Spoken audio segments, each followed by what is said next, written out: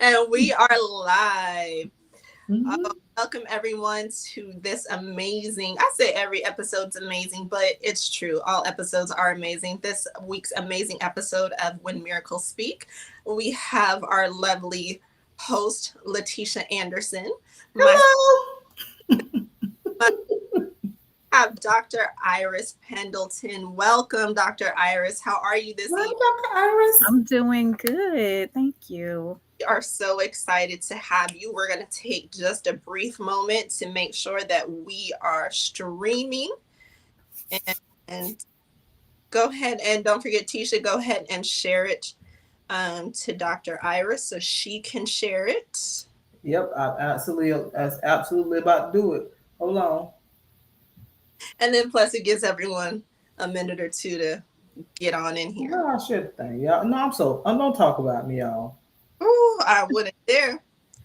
I'm trying to figure out how to get it to you, Iris. Hold on. Because it normally, like, let's say you could share it to a page or something. Okay, there you go. Share it to a friend's profile. All There. right. I gotta find you, but I'm coming, y'all. Don't talk about me. That's okay.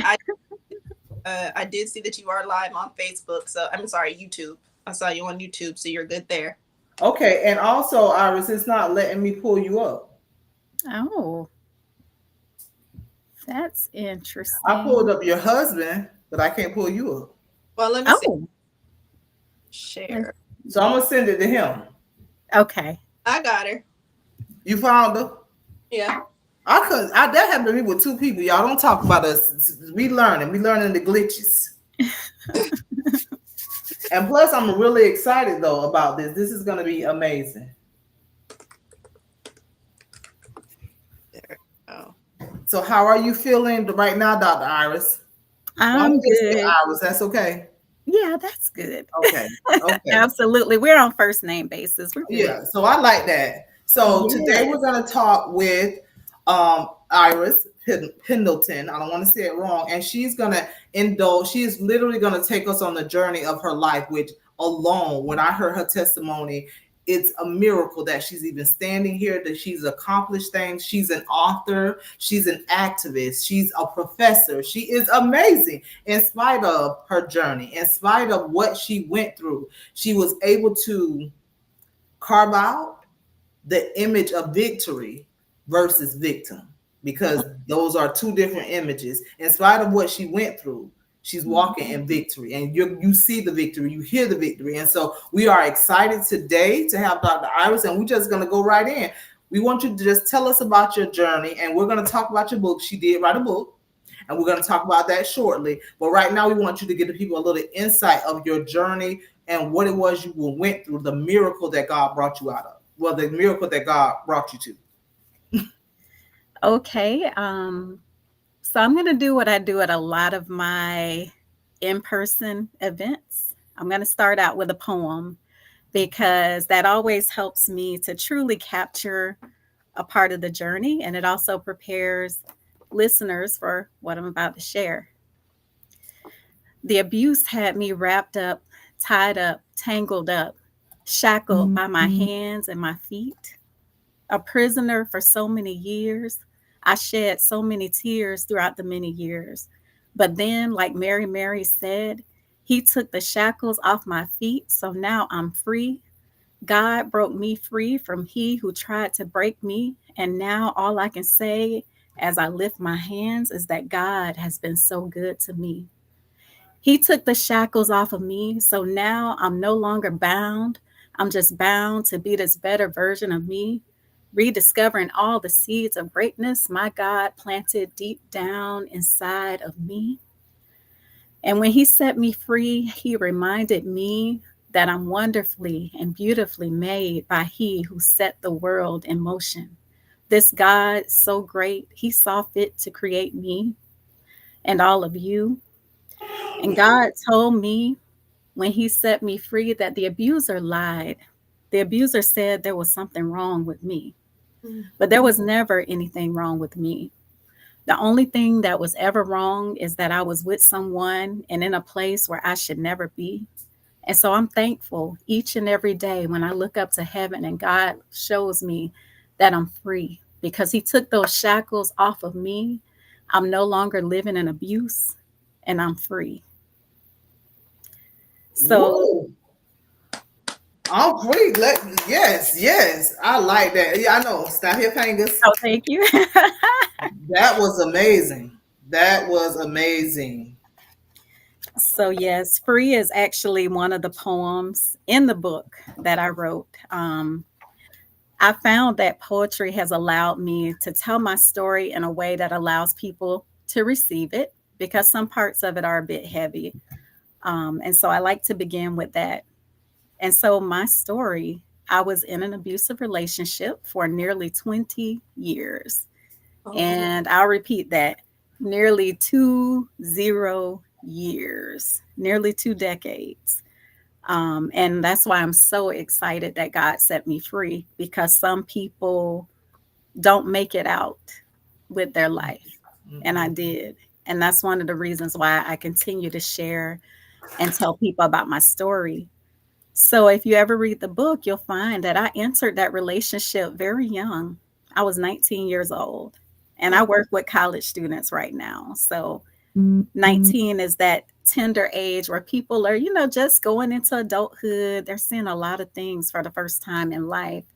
And so I met him very early in my adulthood period. And I always tell people I left that relationship as an almost middle-aged mother with 2 kids.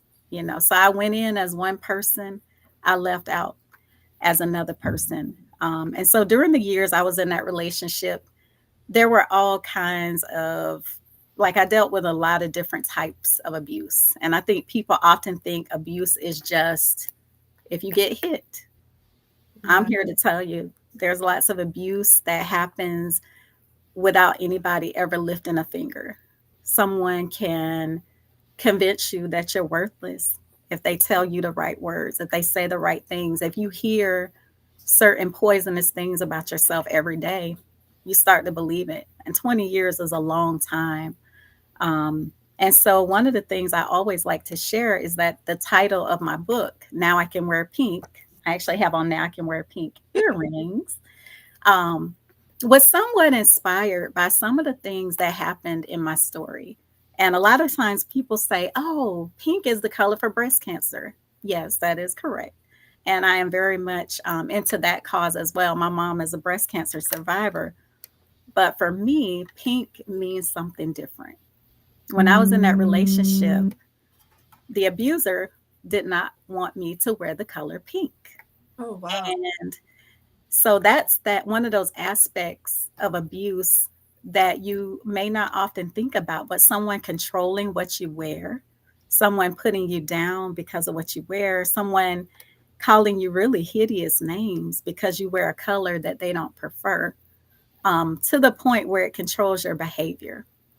I remember a few years before I left that relationship, I was going to a breast cancer event with my mother, who is a survivor, and I could not find anything pink to wear. And it wasn't because I did not like pink.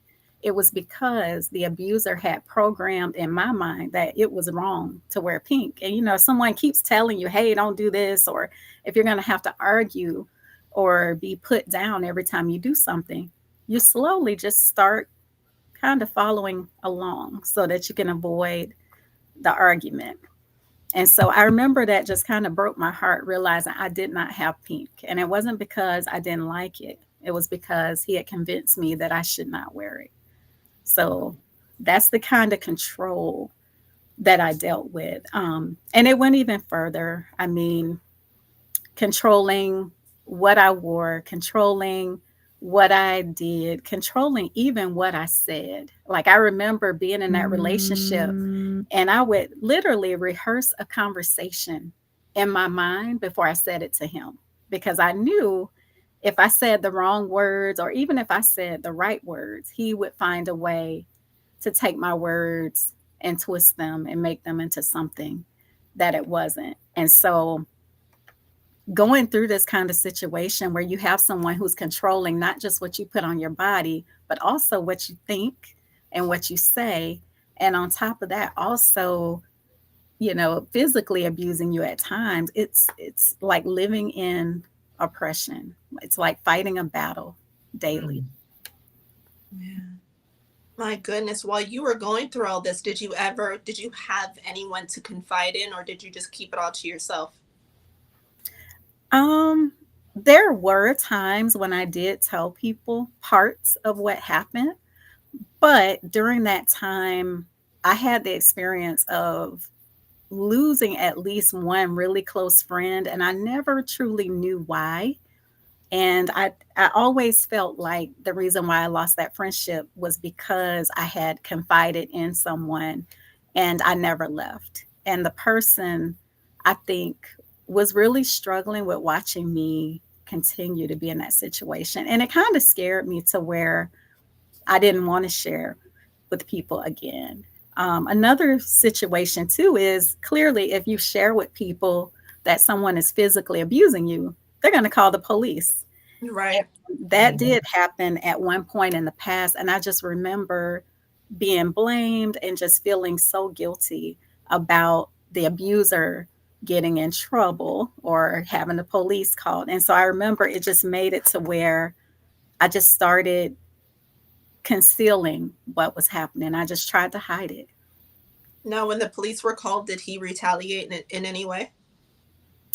He, it wasn't necessarily retaliation, but it was more so just making me feel like it was my fault.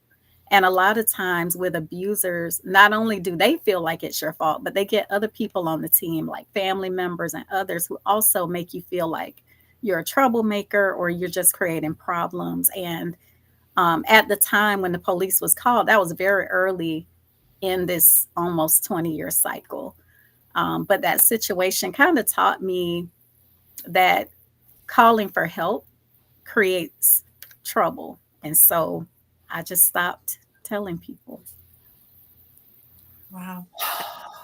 That was a lot to unpack, like a lot to unpack. I can't see all the comments, but I do see my mom commenting on Facebook because my mom went through an abusive relationship and she was with my dad from the time she was like 12, 13 years old. And so he would convince her, what I'm saying? There were certain things she couldn't do. She had to be in the house at a certain time, just all these different things.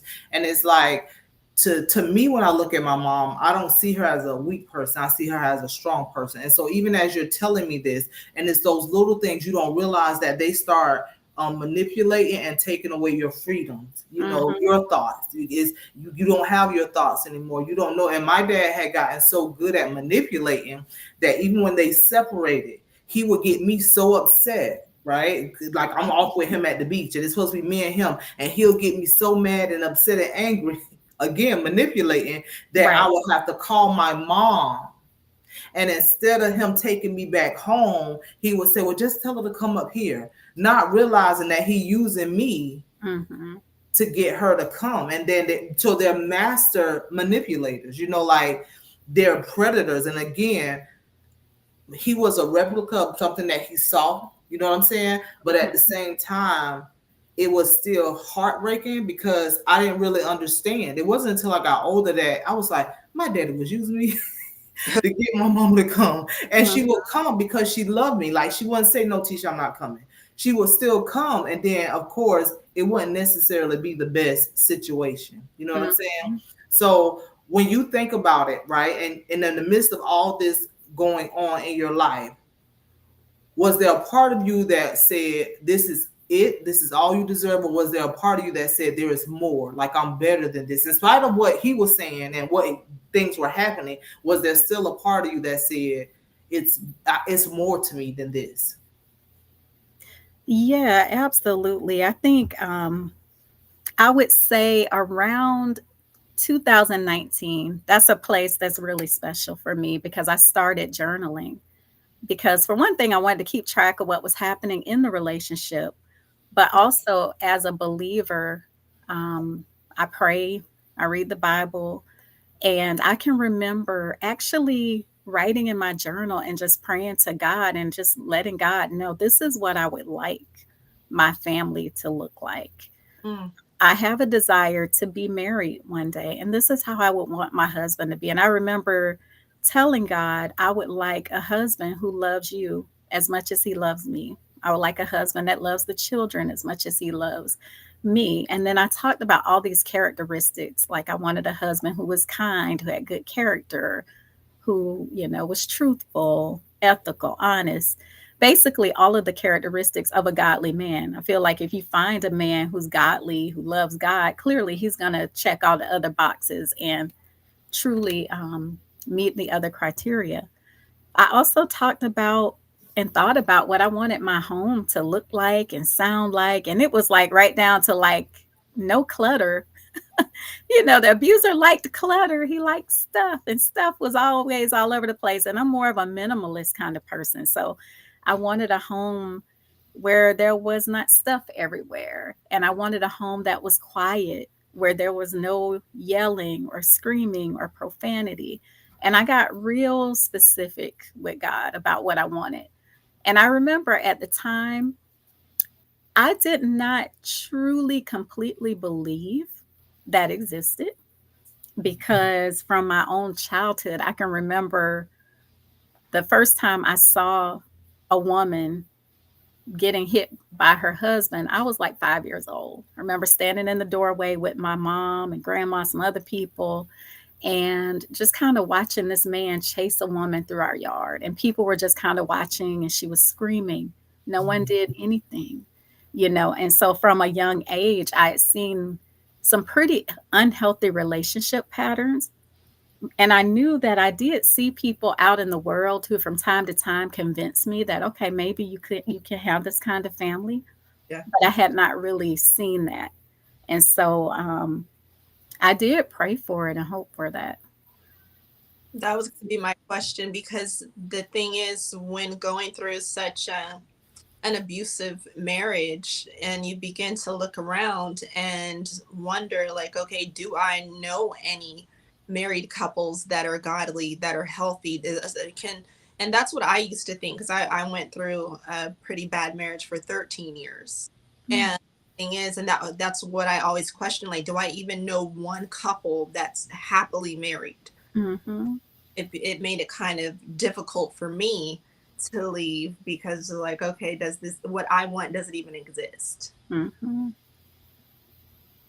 And so for me, being like a kid, not I'm in the abusive relationship, but I'm seeing it from a child's perspective. And I just remember thinking, like, I don't want to argue in my house. I don't want to fuss. I don't want to do that. I don't have the patience to do that. I don't want to do that. And because I grew up in a household where that was common, and then all my cousins, we yell. We that's how we talk. My grandma yelling, everybody's talking loud. And I just remember my prayer to God, because I didn't see a good positive relationship, right? I didn't see that. And literally, statistically speaking, I should have been in an abusive relationship, because my mama did it, my aunties was in one, my grandma had been in one, like all that stuff. And I honestly give credit to my mom, and I thank God also, because that was not my testimony.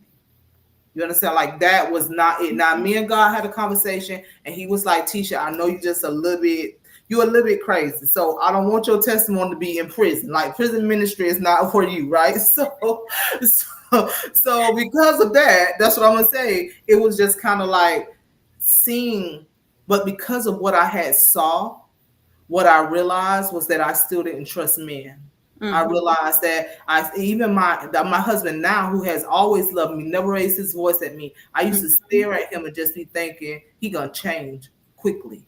This ain't really who he is, or he can't really like me. Like, what's wrong with him? Because I was so used to seeing what I saw with my aunties and their husbands and boyfriends, and my mama, and the stories I heard about my grandmother. And it's like, again, you don't see an example of a healthy relationship, so you don't even know what that's supposed to look like. So my one auntie, who was never in an abuse relationship, but her mouth was reckless. See, so then now it's gonna be that one, like, you're not gonna da-da-da. And then on the other hand, I got my other auntie or my mom, and they so loving, but then these dudes ain't doing them right. And I was in the middle, like, you're not gonna hit me. Like, it wasn't a healthy thing.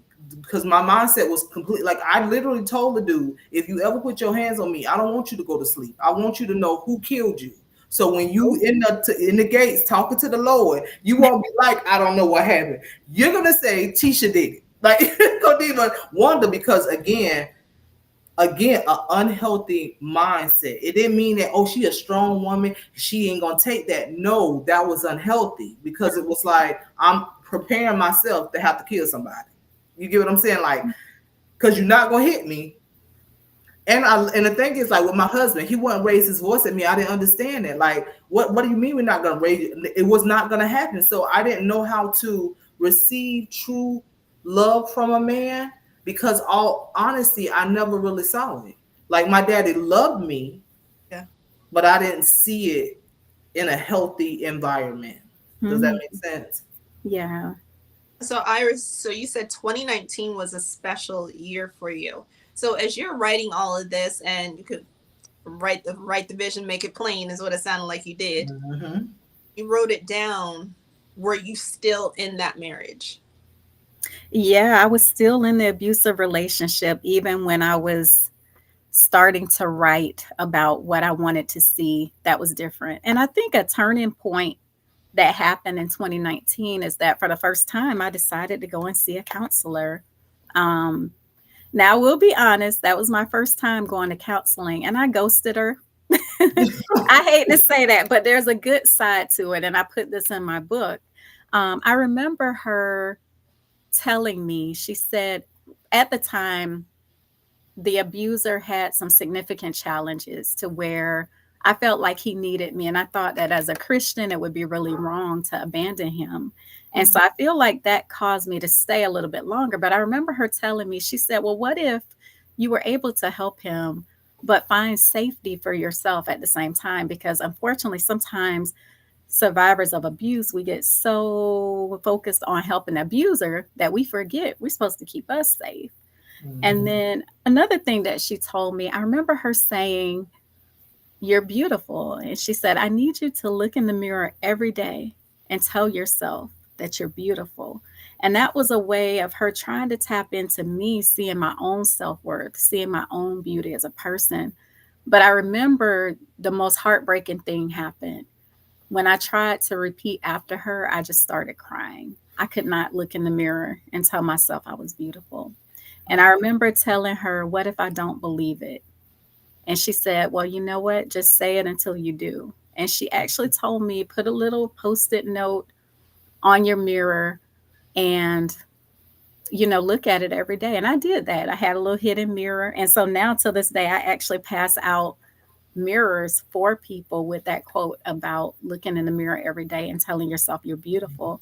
And this counselor, I can't even remember her name. She was at my local domestic violence shelter, but I wish that I could remember her name because her words were transformative. And although I did not leave the abusive relationship right then, I feel like she planted some seeds inside of me that helped me when I did finally leave that following year. Wow. So that And I was think you were healing while you were exiting. Like I Mhm. think I don't know if this makes sense, right? But if you're not healed, or you're not even on the process of healing, that makes it even harder to leave. But Mhm. when you're healing and you're exiting out, that makes it harder for you to go back. Because if you when you leave and you're still injured, you tend to keep going back. But when you start the healing process and you exit, it makes it harder to go back, because you be like, now do I really want it? Don't mean you won't go, but you Mhm. may not stay as long. Or you may think about it and be like, no, I'm good. You know, that type of thing. And so it's just Yeah. like, as you were saying that, that's what came to me. It's like she was healing as she was exiting, and you needed your strength to exit, right? Because you can't, like, again, my mother, she had to trick my daddy. Okay, because he knows, all he knew was that the clothes were still in the house. She was keeping my old clothes in the house as we were leaving, again, Mm. because she couldn't let him know that we were leaving. You get what I'm saying? So she had to trick. She even had to trick him for the divorce. Okay, again, this, he just taken her word, because she would never trick him and she would never lie to him. But she needed him to sign the papers, and she knew he wasn't gonna read the papers. So she said, she said, listen, I need public assistance, and they're not gonna give me none if you don't give us a separation. Just sign the papers. And he signed them and never read them. He didn't know they was getting a divorce until he got into court. You cut out for a second. She said she needed what? She needed him to sign it so she can get public aid, so she could get assistance. And Mm. so he just signed the papers. He didn't read them. He didn't know they were divorced until the judge was in the courtroom and he said, "Y'all divorced." And my dad snapped. Like literally, he snapped in the courtroom. He threatened the clerk of the court. By the time he got home, all the popo, everybody was there in the yard waiting on him. But she was free. You get what I'm saying? Like she was free. That was the best way that she could. So it was like when you were talking, I was like, she was healing so she could get the strength she needed to actually make that final exodus. And I love that you pointed that out, because sometimes that's exactly what it takes. Me myself, I started going to therapy in 2017. I didn't ghost her though. I loved her. I started a few years. But that's exactly what I did. Is I started going to therapy in 2017, started seeking God, was able to had that strength to leave my marriage in 2019. And I remember he used to get so mad and he's like, "You're not even sad, you're not even crying." And I said, "I mourned the marriage while I was in it." Mm-hmm. And that was the thing that would set him off, because I really did mourn the marriage while I was in it. Like there was no reason for me to be in it. There was no reason for me to keep putting my kids through the things that they were going through. So I love that you said that she was healing as she was exiting. Mm-hmm. So what is it? So you wrote everything in 2019. That's when you started journaling. And then 2020, it sounds like, is when you finally left. Yeah, 2020 is when I finally left. What was it that got you to that final point to actually leave? So I think it was a series of events, but there was one event in particular that I now call my Freedom Day. It was 7/25/2020. I'll never forget it. And I often tell people that's the day that I could have lost my life. And when I look at the news, I probably should have lost my life that day because of the type of attack that was done against me that day in front of my children. Um, there are a lot of, I don't even know if I can say what the word was, but it starts with an S, it ends with an N, and it involves someone's hands around your neck. Oh, So that happened, and I can just remember that day as he was attacking me. I thought that was it. Like I really thought that was it. And I remember actually praying to God as he was attacking me.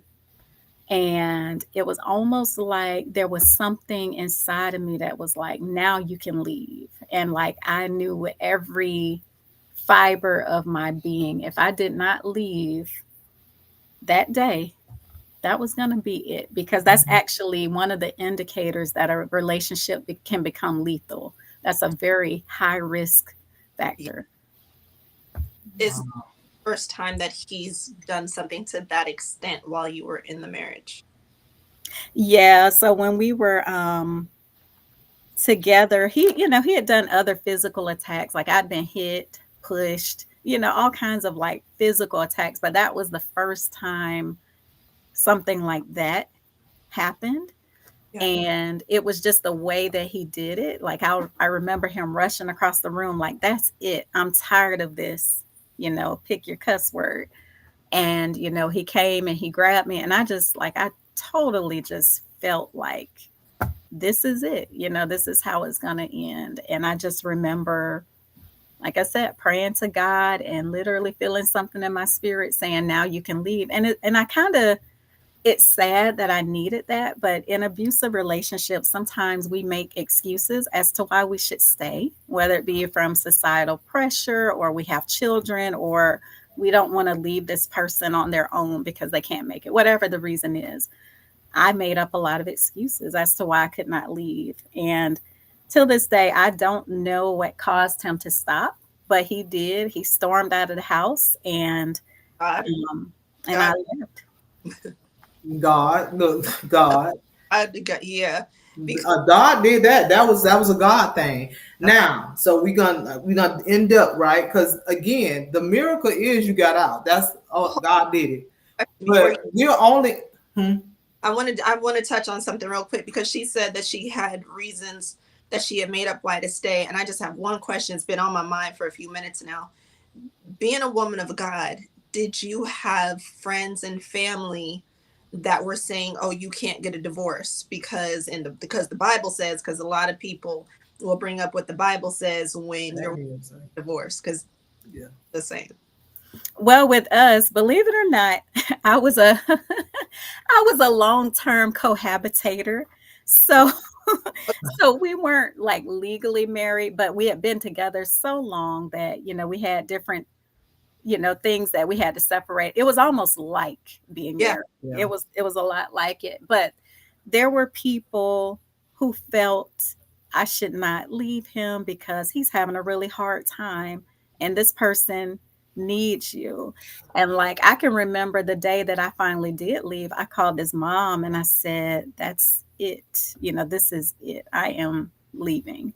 And I mean, till this day, there are people that are still upset who feel like I shouldn't have left. I mean, there are, when you've been in a relationship for 20 years almost, you make friends and Mhm. you become family of the family. Yeah. Those some of those people have since abandoned me because I was wrong in quotes. Mhm. And actually, even from his own mouth, he's told me how, you know, I forgive you for what you did to Mm. me. Wait, Meaning, wait a minute. Wait a minute. Wait a minute. Let me. I just because I can't focus. What you did to him though? Because you left him. because I left him, there are people that see me leaving him as the crime, even though I had the crime done against me. And it's really sad. And I've been able to forgive him, and I worked through the pain and the hurt and all that stuff. Right. So I've been able to forgive him. And anyone who would say that, um, and I can laugh about it now, but Mhm. it unfortunately there are people who feel like as a Christian you shouldn't have left. As a Christian, you should have stayed. And Somebody said what? Sheila James said what? people are something else. It's the most amazing thing that you can literally have a crime done against you, and there are people who will say that you're wrong for getting safe. I look, I feel like your story very much mirrors mine. I was told by his sister that I broke his heart, that he was hurting. Oh, Yeah, I definitely understand.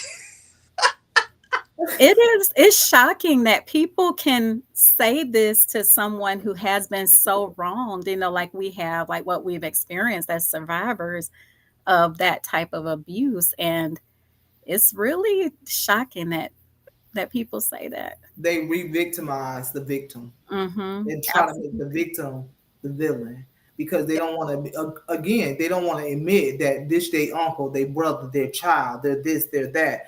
And I mean, I literally had a friend, and I told her, I said he crazy and he abusive. You can't even stay on the phone with me. You got to Right. hang up before he get in the car. Something about that not right. So evidently she must have told his mama. So they thought they was gonna call me. The mama and the grandma gonna call me and Yeah. tell me that their son ain't never hit nobody. Where I get that from? Why she called me in 3 months to get her on a bus because he almost choked, killed her. Then they want to call me again. I said, man, we don't even have no discussion. I said what I said and I meant what I said. Like I'm that one. I'm that friend. Like I don't care what nobody say.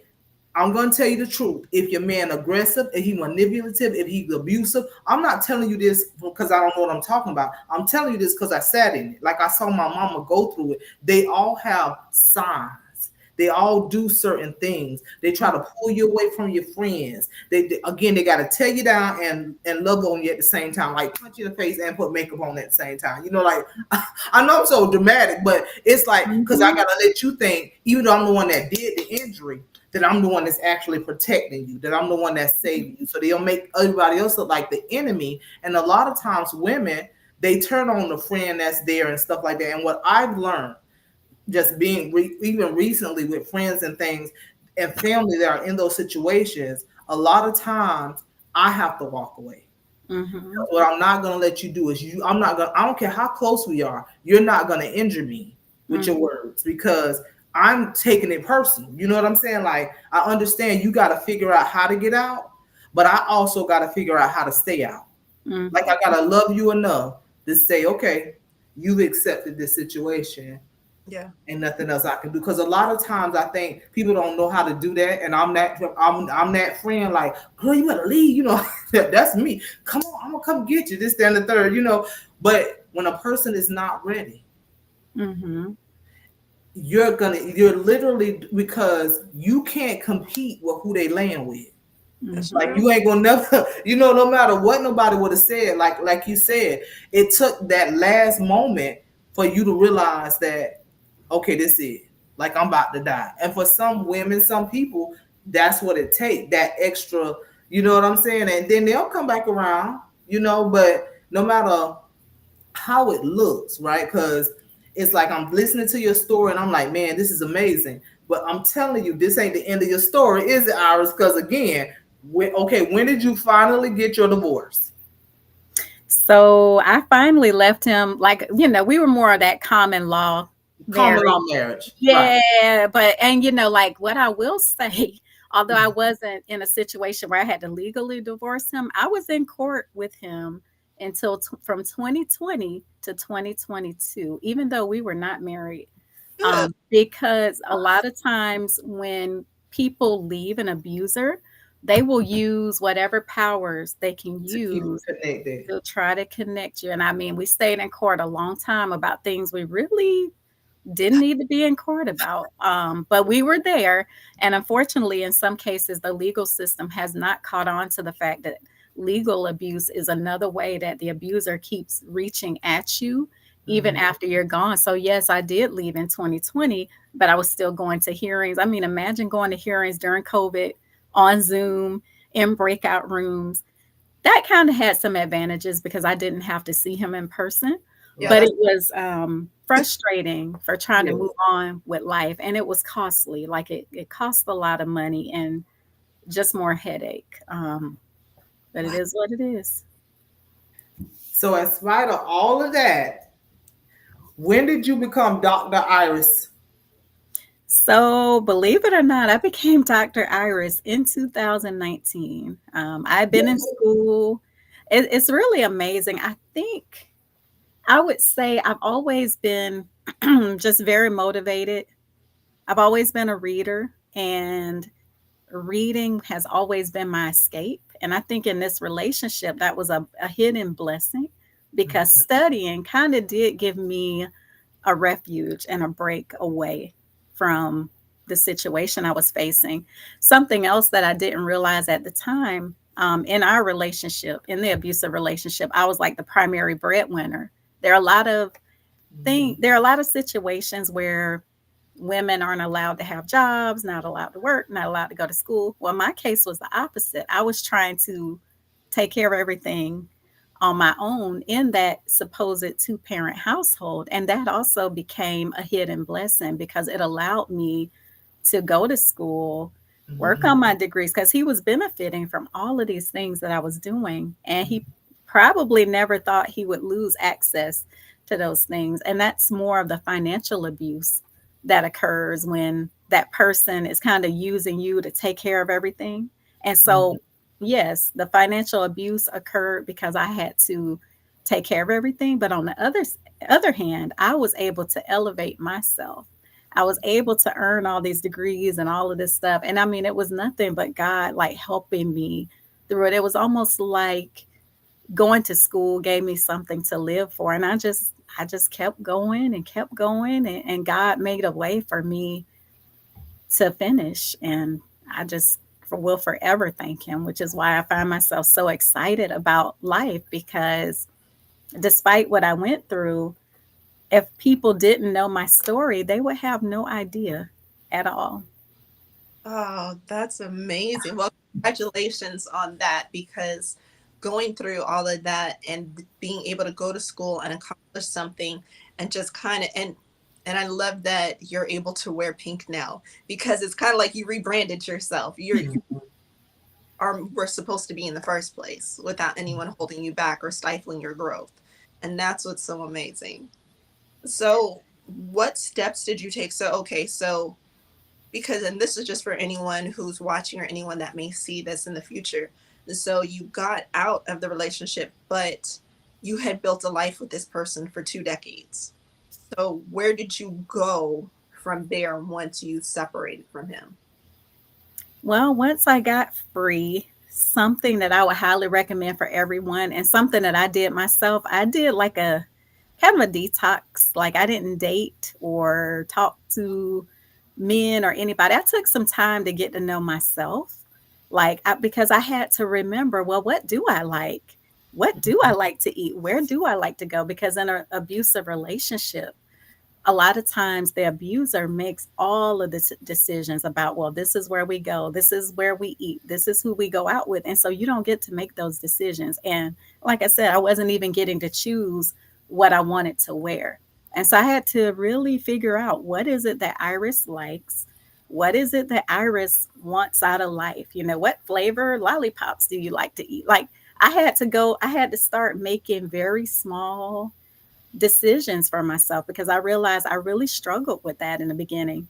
And Wow. sometimes I still do because I had not been able to make a lot of decisions. I had to clean out my closet because I realized, oh my goodness, nothing in here fits. I realized I've been buying clothes that were twice my size to cover my body because the abuser did not want me wearing certain things that would show off my body in any kind of way. And so that's why now you might see me at the age I am now. I might be wearing some short shorts. Hey. Hey, And do because you grown and what? if it makes Yes. And I mean, you might see me dancing with some 20-year-olds doing the same moves they're doing because I feel like that part of my life was literally stolen from me. So now, at the age I am now, which I won't say, I find myself reconnecting with a lot of those parts of myself so I can be me. And like, I mean, like right down to the jewelry I wear, right down to everything I do now. I'm learning to embrace Iris. Mm, God is restoring the years. yeah. Mm-hmm. That's what He it is. that is amazing. So, how Well, long it's was one more good part to this though, Samantha. oh well I will go ahead. I was going to ask how long was the detox for? How long was the detox? It was about a year. It was shorter than I wanted it to be. And I'm going to be honest, I almost chased away this great husband that God sent me That's what we were trying to get. because I was like, God, I know That's you what I ain't. was trying to get to. Let's talk about it. Oh, And I was like in my mind, after everything I've gone through, I heard all these formulas for, okay, if you've been in a bad relationship for this long, you need to wait X number of years until.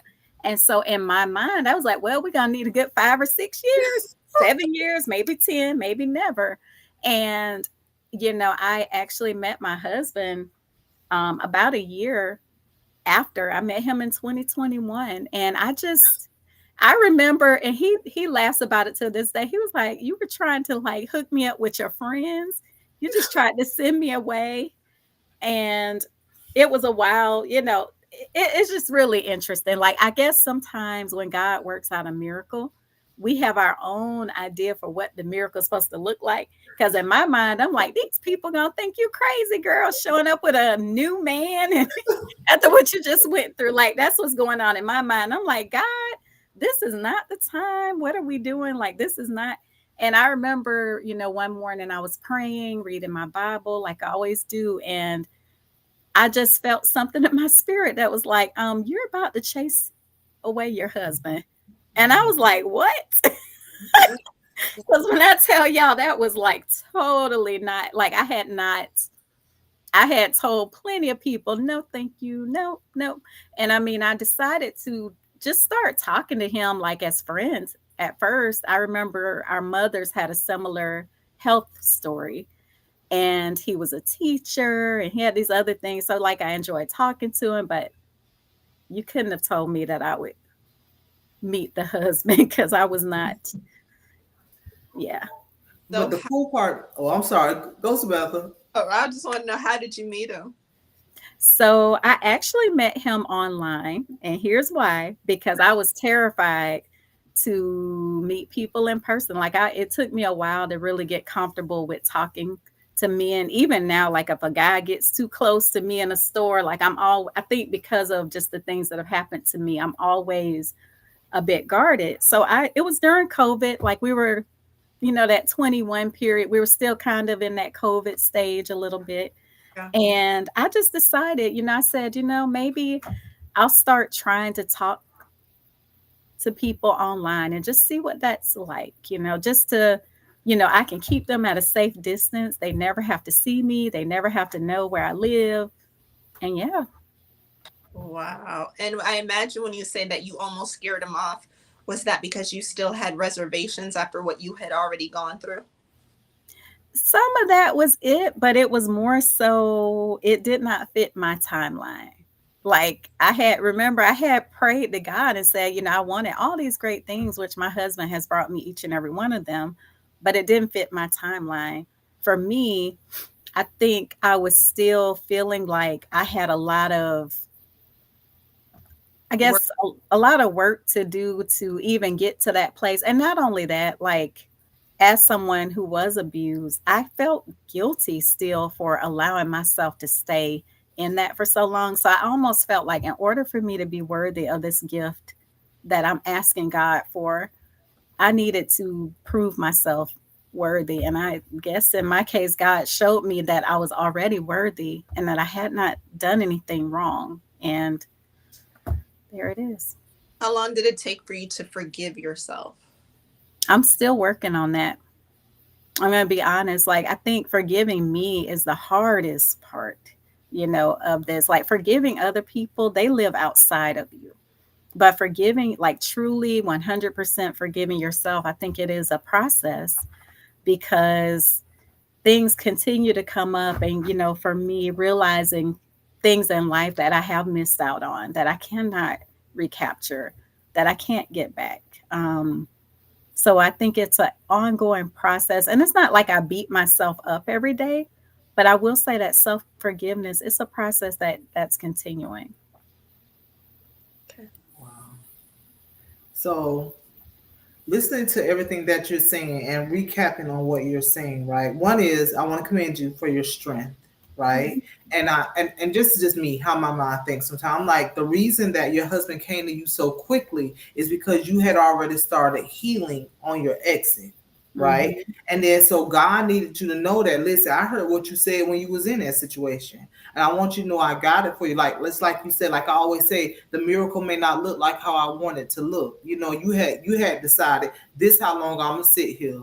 And became content with that. And I'm gonna be okay and I'm gonna do that. And then I think that's what a lot of us mess up at, is because we want to have our will because we think we know what's best for us versus allowing God to have his will, because ultimately he knows what's best for us. And Mm-hmm. now you don't have to per se heal by yourself. You can heal with your covering, a true covering. It's not like an imposter covering. This is a true covering that was sent to you, that God sent directly to Iris. You know what I'm saying? Like, boom, I know you think you're not ready, but you ready. You gonna heal with him because he has the bandages in certain areas that only person gonna be able to bandage them up is him. Nobody else gonna be able to do that. And so that's part of the healing process, and being able to receive authentic love that's not attached to manipulation. you Mm-hmm. know that's part of the healing process. Like how you were saying, learning to forgive yourself. Like, I was not, my dad, he beat me one time so I couldn't sit down, but me being violated as a child and abused and molested and raped, I had to forgive myself. Even though I was little, Mm-hmm. as an adult, I had to literally learn to say, Tisha, girl, that was not your fault. Like, and I have to say it constantly. In the beginning, I had to say it a lot, and I cried a lot. Like, oh man, I should have said this, or I should have did this, or just. And it's just like no shoulda, woulda, couldas, because I can't go back and correct what I did. Mhm. So yeah, and if you're manipulated in the situation, there's nothing you really could have done. That was your testimony. If you try to change one little bit of your testimony, it won't be the same testimony. Mm-mm. So man, Iris, you don't took us on a journey today. So listen, guys, I'm gonna get her link, or I'm gonna have you put the link if you can in the comments. Her book is Now I Can Wear Pink, and it's literally different poems. So it's poetry about her journey, right? Because listen, when you can put it in the words, is it on Amazon, Iris? That's where I got it from. Yes. Yeah. It's Hmm. actually on Amazon, and the book is called Now I Can Wear Pink. Can you put it in the comments, Samantha? Yes. Now I Can Wear Pink, and it's on Amazon.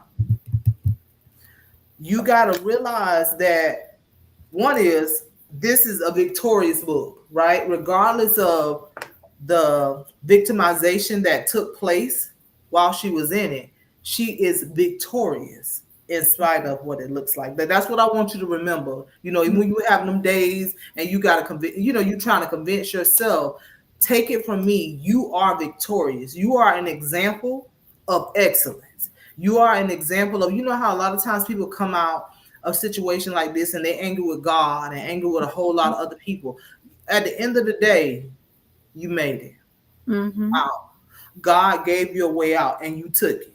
Right? You was Hmm. like, and I'm gone. Like that's it. I go, I got you. And he sent and then that's how God do. He said, now, because you don't sat in that imitation marriage for 20 years. Now I'm gonna send you a real marriage, right? You get what I'm saying? Like, because I don't want you to compare that nonsense thinking that's what marriage is. No, ma'am. I'm gonna send you your real husband. You know, it's like that story in the Bible when she was at the well and he was like, you've been married this many times, and the man you with, he ain't even your husband. Like that's literally like how you got to look at it. Like God Hmm. got a sense of humor. You know, we have to go through some ugly situations, but that's what makes you unique. You know, that's what makes your story you. And it's like I told you the one I like. I can't even find it.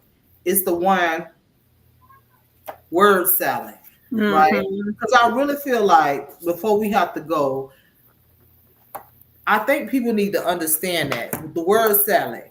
Explain that because to me I get it. Like the manipulation is in this whole thing. So let's okay, yeah, you go. Okay, so just a quick take on word salad. So imagine you're talking with someone and you bring up maybe a complaint or some issue that has occurred. And then the person says, well, I wouldn't have done that if you hadn't done this. And then they start talking about something that happened 10 years ago that has totally nothing to do with what you're talking about in this moment. And so after about 30 minutes of them going on a monologue about something that doesn't matter, you've pretty much forgotten why you even came to talk to them. And so I call it word salad because it's like they throw in croutons and different kinds of lettuce and all kinds of stuff. And it's like all mixed up to the point where you can barely even remember what the conversation was about that you tried to start to resolve a real issue. And it's a manipulation tactic because it throws you off and it takes you down this road and down this path that's far away from whatever conversation you're trying to have. Mm-hmm. Wow. And that's literally what it is. I'm gonna throw some. We ain't gonna get to the root of this because in the end, it's still gonna be you. No matter if it's me, it's still gonna be you. So Mm-hmm. what I'm gonna do is I'm gonna throw all this stuff in here to get you frustrated, so you will stop. So you'll just and now you believing, you know what? It's really me. You know, Mm-hmm. like that's when you get to like, I know I ain't crazy. Like, wait a minute, what's going on? Because in that word salad, it's just to consume you. It's a distraction. To Mm-hmm. we don't have to necessarily get to the root of the issue. Hold So on, I'm going on here now. You can go, Samantha. I'm gonna put the link into the. yeah, why it didn't show up. I put the link from Amazon in there so they could just click it and go, but I don't know why it's not showing up. Um, I just want to commend you on everything that you It's went through, in the. your whole process of, because it's not easy to go through everything that you went through and then talk about it. I was listening to Miles Monroe this morning, and he said, that you have healed when you could use your trauma as your testimony. Mm-hmm. And I think it's a beautiful thing. And I see that you also do speaking engagements. So I want to put that out there, for anyone that may want to, bring you into whatever they're doing, because you have a beautiful message to share. And there are women of all ages. Like, this started for you at 19. The first abusive relationship I was in that led to 5 children. I was 17, and then I got into a marriage that was, it wasn't physically abusive, but the mental and emotional abuse at times was worse than the physical abuse that I experienced. Mm-hmm. So there's women of all ages. There's young girls getting into their first relationships that are Mm-hmm. being abused, unfortunately, and on up. So, do you have any um, last words of wisdom this evening that you can pour out to any woman that may need to just really have something to grasp onto? Absolutely. One of the things that I would tell anyone is, especially for people who have young girls or even as grown women, I think sometimes we travel through life and our self esteem is not intact. Maybe our self esteem has been damaged by life and by other people trying to tell us what we were or weren't.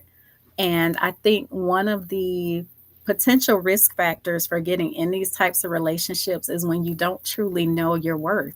And we're all so worthy and valuable. Like, our standalone value without anybody else next to us is so great.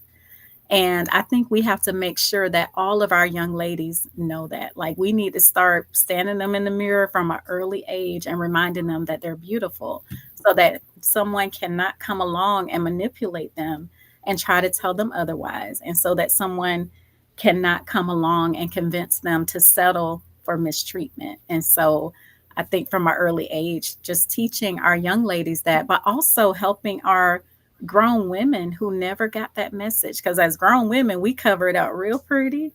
Oh, yeah. We got nails and makeup, and we get whatever we need you know, to put on the facade of self esteem.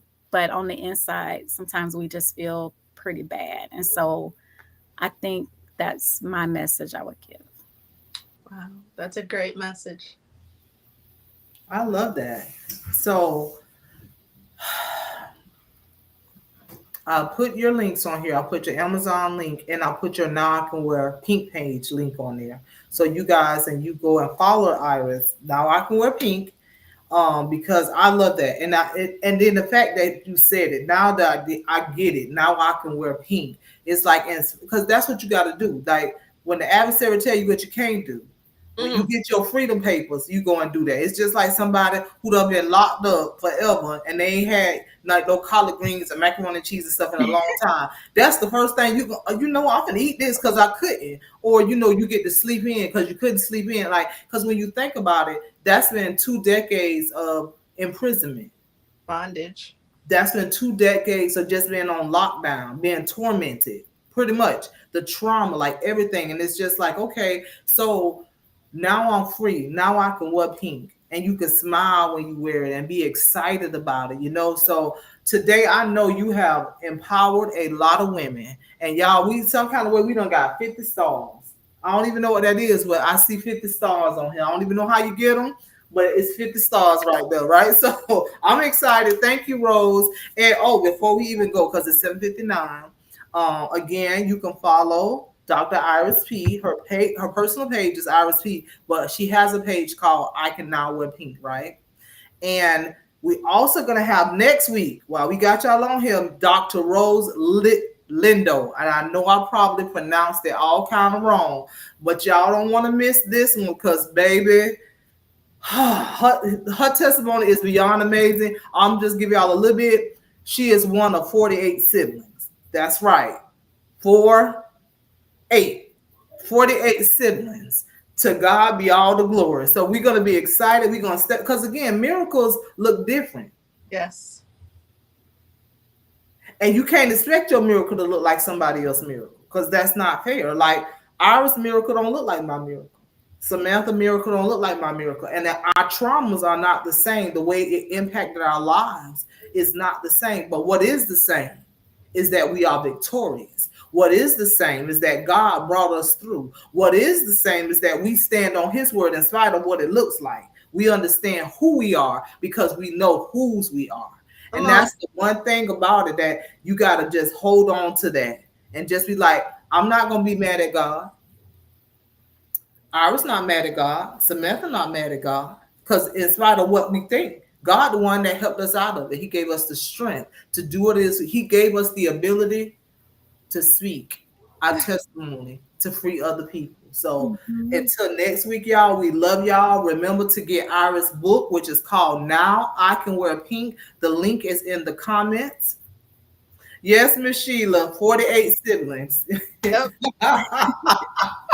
So y'all got to catch up with us next week, honey, because we is going in. Thank you, all of y'all, for your constant support. Like, we love y'all so much. We thank y'all. Thank you so much, Iris, for giving us the most valuable thing you possess, and that's your time. Thank you for coming to hang out with us. As always, Samantha, you know I love to hang out with you, girl. I'm gonna put some respect on her because she did that. Thank you, Dr. Iris. Dr. Iris. You. Yes. Thank you. Thank you so much. Thank you, guys. And until next week, you guys make it a great day and